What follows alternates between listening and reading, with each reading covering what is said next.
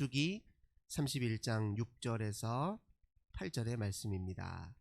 민수기 31장 6절에서 8절 말씀입니다. 민수기 31장 6절에서 8절 말씀입니다. 우리 한 목소리로 함께 봉독합니다.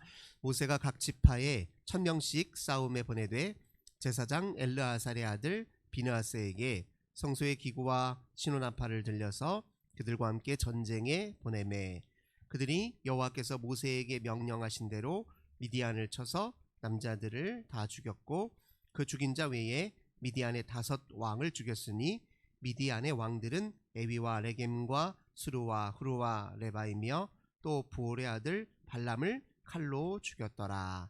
아멘. 오늘도 주님과 함께 복된 날 시작하신 우리 모든 성도님들, 하나님께서 하늘의 크신 은혜와 평화 가득 부어주시길 주님의 이름으로 간절히 기원합니다. 오늘 본문의 말씀을 통해서 누구를 위한 싸움인가, 이런 제목으로 함께 은혜 나누도록 하겠습니다. 이스라엘 백성들은 이제 광야 생활을 하는 동안에 이제 가나안 땅의 정복 전쟁도 함께 준비하고 있었습니다. 그들의 이제 이동 경로를 보면요, 출애굽한 이후에 홍해 바다를 건넌 이후에 이제 시내산을 거쳐서 가데스 바네아를 거쳐서 그리고 요단강 동편 지역에 있는 미디안 땅을 거치고 모압과 암몬이 있는 땅을 거쳐서 요단강을 건너 이제 가나안 땅으로 입성하게 되는데요. 오늘 본문에서 하나님은 이 가나안 땅 정복을 앞서서 미디안 족속을 향해서 칼을 들어 그들을 물리칠 것을 명하시고 계십니다. 이 미디안 족속이라고 한 이 민족은 아브라함과 그의 후처 그두라 사이에 낳은 아들의 후손으로 알려져 있습니다. 이들이 터를 잡고 있었던 곳은 어디냐면 사해바다 동남편이죠. 동남쪽에 있는 아라비아 지역, 지금의 사우디아라비아라고 생각하시면 돼요. 그 아라비아 지역에 터를 잡고 그 광야 생활을 하고 있었던, 그러니까 사막 지역에 살고 있었던 민족이었습니다. 이들은 이제 그 위에 사해바다 동편 또 요단강 동편 쪽에 있는 이 모압 민족과도 당시에 좋은 사이가 좋은 관계였던 것으로 알려져 있습니다.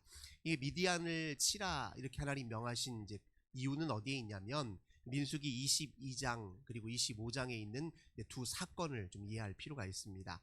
민수기 22장에는 어떤 사건이 등장하냐면 이 모압 왕 발락이라고 하는 사람이요, 모세와 이스라엘 백성들이 이제 가나안 땅을 향한 여정의 이동 경로 속에서 아모리인들과의 전쟁에서 큰 승리를 거둔 것을 보고 덜컥 겁을 이제 집어먹고서 이 모압 왕 발락이 이제 무엇을 꾀하냐면 미디안 지역의 선지자였던 발람이라고 하는 선지자를 종용해서 이스라엘 백성들을 좀 저주하도록, 당신이 좀 위대한 선지자고 그래도 좀 하늘의 메시지도 듣고 그래 하늘을 좀 아는 사람 아니요, 당신이 이스라엘 백성들을 향해서 좀 저주해주면 우리가 큰 힘이 될 것 같소, 이렇게 해서 발람이라는 사람을 사주하잖아요. 그래서 처음에는 발람이 만류합니다. 내가 어떻게 나는 하나님 하시는 말씀 외에는 다른 메시지를 전할 수가 없습니다. 이게 만류하다가 이제 자꾸 모압 왕 발락의 이제 간곡한 부탁에 의해서 이스라엘 백성들을 저주하려고 이렇게 이동하는 중에 여러 일들을 겪잖아요. 하나님께서 발람을 가로막으셨습니다. 그리고 또 그의 입술에서 저주가 아니라 이스라엘 향한 축복의 메시지를 나오게 하는 그런 사건들이 이제 민수기 22장에 있습니다. 25장에서는 또 어떤 일이 있었냐면 이스라엘 백성들이 이 모압 여인들과 음행한 일을 저질러요. 모압 여인과 미디안 족속들의 여인과 음행한 일을 저지르는데, 문제는 이제 그들의 그 여인들과 그저 쾌락의 관계만 맺은 것이 아니라 그 여인들이 가지고 있었던 신이죠, 그 토속신앙, 그래서 즉 우상숭배의 길로 빠지고 마는 일이 일어납니다. 그러니까 이방 여인들과 관계를 맺는다는 것은 그 여인의 이 믿고 있었던 토착 신을 자기도 받아들일 수 있는 우려와 위험성을 항상 안고 있어요. 그래서 정말 아니나 다를까 그런 일들이 있었기 때문에 또 하나님이 이스라엘 백성들을 향해 이제 심판하는 내용이 25장이 있습니다. 그러니까 그 두 사건들 때문에 하나님이 오늘 31장에서 미디안 족속을 민족과 전쟁을 치를 것을 명하신 것입니다.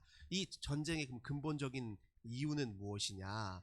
너희들이 가나안 땅에 들어가기 전에 이방 민족들과 섞여 살면서 그들의 우상을 함께 겸하여 섬기는, 그래서 여호와 하나님 신앙에 철저하지 못하고 의상 숭배에 빠지게 되는 너희들 자신의 그 내면에 도사리고 있는 그 유혹, 그 욕망을 완전히 절연히 끊어야 된다, 이런 의미를 가지고 있어요. 그러니까 성경에 등장하는 이 전쟁과 싸움이라고 하는 것은 엄밀한 의미에서 말하자면 자기 자신과의 전쟁이기도 합니다. 왜냐하면은 유혹이다라고 하는 말은 뭘 뜻하냐면 유혹에 딱 걸려 넘어질 만한 욕망이 자기 속에 있는 거예요. 이방인들이, 이방 민족들이 이스라엘 백성들을 의도적으로 넘어뜨리려고 하지 않더라도 이방인들의 살고 있는 삶의 모습에 내 욕망에 딱 맞는 것이 발견되면 나도 내 욕망 때문에 이방 민족들의 삶에 기웃거리고 그들의 신앙에 나도 관심을 기울이고 나도 그들처럼 살고 싶은 마음이 생기는 겁니다. 그러니까 엄밀히 말하면 그들과 전쟁을 통해서 그들을 다 물리쳐라 하는 이야기는 너희들 마음속에 도사리고 있는 그 너희들을 유혹에 쉽게 빠뜨리고 넘어뜨리는 근본적인 너희들 내면에 도사리고 있는 욕망을 절연하게 그걸 끊고 극복할 수 있어야 하나님, 여호와 하나님 신앙에 온전히 바로 설 수 있다, 이런 의미를 가지고 있습니다. 그래서 이스라엘 백성들이 사실은 전쟁을 치를 만한 그런 군사력을 가졌거나 또는 군대 체계를 갖추고 있는 그런 상황이 아니었어요. 그들은 빠져나오기 바빴고 광야에서 적응하여 살기 바빴잖아요. 그래서 군대라고 해봐야 사실은 엄밀히 말하면 오합지졸입니다. 그럼에도 불구하고 하나님이 전쟁을 하라, 그 이야기는 그런 뜻이에요. 전쟁의 와중에 너희들 정확하게 알아야 된다. 저들 이방 민족의 문화와 종교에 너희가 섞여 살면 안 된다라는 사실을 의식하게 하기 위함입니다. 그럼 실제로 전쟁은 누가 치릅니까? 여호와 하나님이 다 대신 전쟁을 치르시는 거예요. 오늘 본문에서도 6절을 보니까요, 모세가 각 지파에 1000명씩 싸움에 보내되, 지파에서 1000명씩 뽑긴 했어요. 하지만 제사장 엘라스의 아들 비느하스에게 성소의 기구와 신호나팔을 들려서 그들과 함께 전쟁에 보내라, 이렇게 얘기합니다.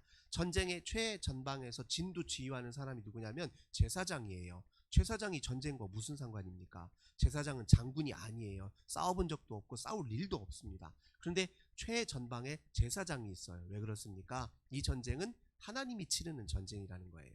너희들의 힘과 능력으로 너희들이 갖고 있는 그 시덥지 않은 그런 무기들로 어떻게 이방 민족을 이길 수 있겠습니까? 오직 여호와 하나님이 대신 싸우기에 그게 가능한 일이에요. 그 전쟁을 치르면서 관리해야 될 것은 자기 자신이에요. 하나님을 신뢰하는 믿음을 관리해야 돼요. 혹시 하나님을 불신하지 않을까? 자기 마음을 관리하는 게 전쟁에서 제일 중요한 일이었어요. 그리고 자기 내면의 유혹, 하나님이 아닌 이방인의 편에 서서 그들의 민족의 신을 나도 섬기려고 하는 그런 마음을 싸우고 그걸 제어하는 일이 전쟁에서 더 중요한 일이에요. 칼을 휘두르는 일보다 자기 마음을 제어하는 일이 훨씬 중요한 게 이제 소위 말해서 이스라엘의 정복 전쟁입니다. 그래서 그 전쟁을 치르는데요, 7절 8절 하나님이 함께 하시니 당연히 전쟁은 대승이었습니다. 미디안의 왕들도 죽임을 당해요. 5 왕들도 죽임을 당합니다. 그리고 그 전쟁에 승리한 이후에 미디안 민족의 여러 전리품들이죠, 가축들, 각종 보화들, 그리고 미디안의 여인들, 이런 여인들을 이제 포로로 끌어다가 이제 모세 앞에 데려옵니다.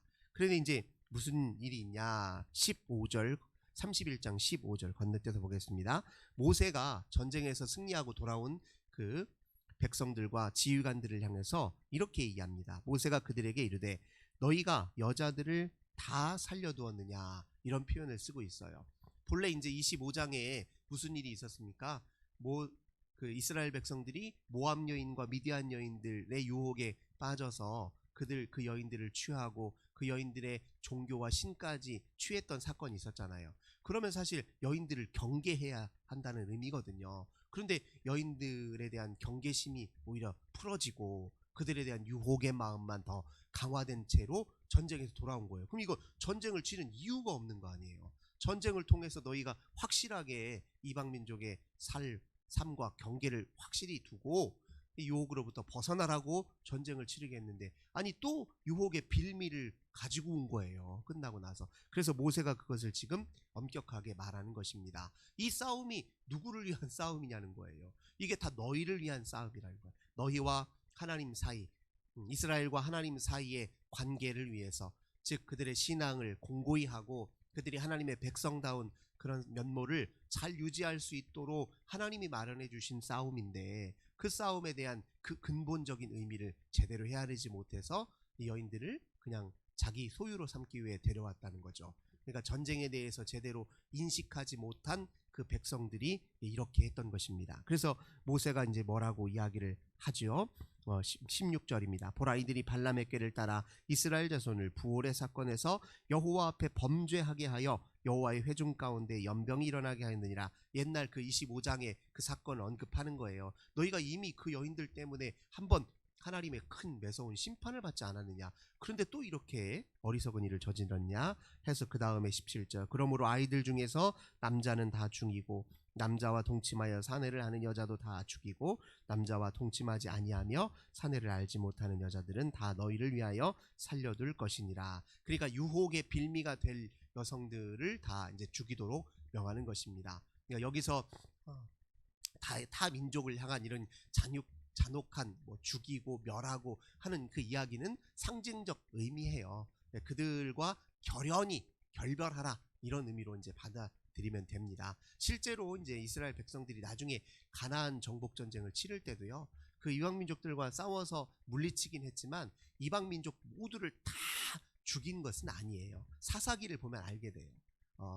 전쟁을 치러서 땅을 차지하긴 했지만 이방 민족들과 계속 섞여 살아요. 하나님이 일부러 이방 민족들을 오히려 이스라엘 곳곳에 두시기도 했습니다. 그러니까 이 정복전쟁이라는 건 상징적 의미예요. 그들과 결연히 끊어라, 그들의 유혹에 넘어가지 않도록 너희 욕망을 다스려라, 이제 그런 의미에서 이렇게 읽으시면 되겠습니다. 전쟁 이후에 그들이 이제 자기 자신을 다시 정결하게 하는 예식을 19절부터 이제 치릅니다. 그들이 이제 전쟁에서 이렇게 행하면서 여러 이제 죽음의 영향력 속에 그들이 있었잖아요. 그래서 19절, 너희는 이래 동안 진영 밖에 주둔하라. 누구든지 살인자나 죽임을 당한 사체를 만진 자는 셋째 날과 일곱째 날에 몸을 깨끗하게 하고 너희의 포로도 깨끗하게 할 것이며 모든 의복과 가죽으로 만든 모든 것과 염소털로 만든 모든 것과 나무로 만든 모든 것을 다 깨끗하게 할지니라. 그러니까 이 전쟁의 여파가 무엇입니까? 전쟁은 죽음의 참혹한 현장이잖아요. 그러니까 죽음의 이 그림자와 죽음의 영향력 속에 있다가 그들이 다시 이제 하나님의 진영으로 돌아올 때는 정결 예식을 치루어서 생명의 편에 온전히 서도록 하는 예식을 치른 것입니다. 결국 이 전쟁이라고 하는 것은 더 온전한 삶을 위해 치르는 거예요. 때로 우리가 우리 자신의 죄악의 뿌리들 잘라내기 위해서 내적 투쟁, 자기 자신과의 치열한 싸움도 하게 될 때가 있지요. 그러나 그 싸움의 근본적인 이유는 무엇이냐면 온전한 삶을 위해서예요. 자기 자신을 괴롭히거나 또 자기 자신의 삶을 오히려 해하기 위함이 아니라 더 온전한 삶, 참된 삶, 생명이 풍요한 삶을 위해서 때로 그렇게 내적 내홍도, 갈등도, 싸움도 이루어지는 법입니다. 그래서 우리의 인생이라고 하는 것이 어떤 의미에서 보면 지난한 어떤 우리를 가로막고 있는 갖가지 여러 죄의 유혹들과 사슬들과 우리를 하나님 편으로 가지 못하게 만드는 여러 장애들 앞에서 끊임없는 영적 전쟁의 과정이라 이렇게 말해도 과언이 아닙니다. 물론 그 이제 전쟁의 모든 과정에서 우리가 성령 하나님께 주의를 기울이고 마음을 드리고 또 온전히 의지할 수만 있다면 그 전쟁을 승리하도록 이끄시는 분이 우리 여호와 하나님이시요 우리 안에 내주하시는 성령님이십니다. 그 전쟁에 우리는 이제 믿음으로 서기만 하면 돼요. 또 주저하거나 뒤로 물러가거나 피하려고만 하지 아니하고 하나님을 신뢰하고 그 싸움의 전장 앞으로 나 자신을 내려놓으면 그 싸움 끝에 우리는 반드시 승리하게 되고 더 나은 삶으로 나아지게 된다는 겁니다. 싸움의 여정에서 에너지도 소실될 수 있고 때로는 괴로움도 겪을 수 있습니다. 그러나 하나님께서 그 모든 것 반드시 보상해 주신다. 자기 자신과 씨름하는 사람들, 그 일에 진심을 다하고 자기 인생을 회개하고 하나님 앞에 가까이 나아가기 위해 정진의 그 걸음을 멈추지 않고 힘을 내는 사람들은 그 과정에서 빼앗겼던 모든 일들을 하나님이 다 보상하여 주신다는 사실을 우리가 반드시 기억해야 됩니다. 그래서 이제 이렇게 정결례식까지 치르고 나면 이후에 21절부터는 이제 전리품들을 다 분배해서 나눠 가지는 일을 하게 된다는 거예요. 그게 일종의 하나님이 우리에게 주시는 이제 보상에 대한 상징이다. 이렇게 이해하면 좋을 것입니다. 오늘도 우리의 생활 곳곳에서 우리를 유혹하고 하나님과 우리 사이를 떼어 놓으려고 하는 이 세상의 삶의 양식이 있고 또 문화가 있습니다. 우리 잘 경계하면서 오직 여호와 하나님 신앙에 굳건히 있어서 오늘 하루도 우리의 크고 작은 영적 전쟁에서 승리하시는 저 우리 모든 성도님들 되시길 주님의 이름으로 간절히 기원합니다. 좋으신 주님 감사드립니다. 우리 미디안 전쟁을 통해서 이 전쟁의 근본적인 이유와 목적이 어디에 있음을 저희들 다시 한번 마음에 새깁니다. 모든 영적 전쟁은 곧 우리의 삶을 하나님 편에 더 온전히 세우고 주를 통해서 아름다운 삶, 참된 삶을 살게 하기 위한 데 있음을 마음속에 다시 한번 새깁니다. 모든 전쟁을 실제 이기게 하시는 분은 여호와 하나님이시오. 우리는 마음을 주께 온전히 드려 신뢰의 마음으로 그 전쟁을 피하지 아니하고 그 앞에 맞서는 그런 결단이 우리에게 있도록 주 하나님 축복하여 주옵소서. 오늘도 모든 전쟁에서 승리하여 하나님이 주시는 참된 기쁨을 누리는 저희들 되도록 은혜 베풀어 주옵소서. 주 예수님의 이름으로 간절히 기도드립니다. 아멘. 오늘도 우리 환우들을 위하여 가정의 자녀들을 위하여 교회와 나라와 민족을 위해서 기도합시다. 하나님 감사합니다. 오늘도 주께 기도하며 이 복된 날을 시작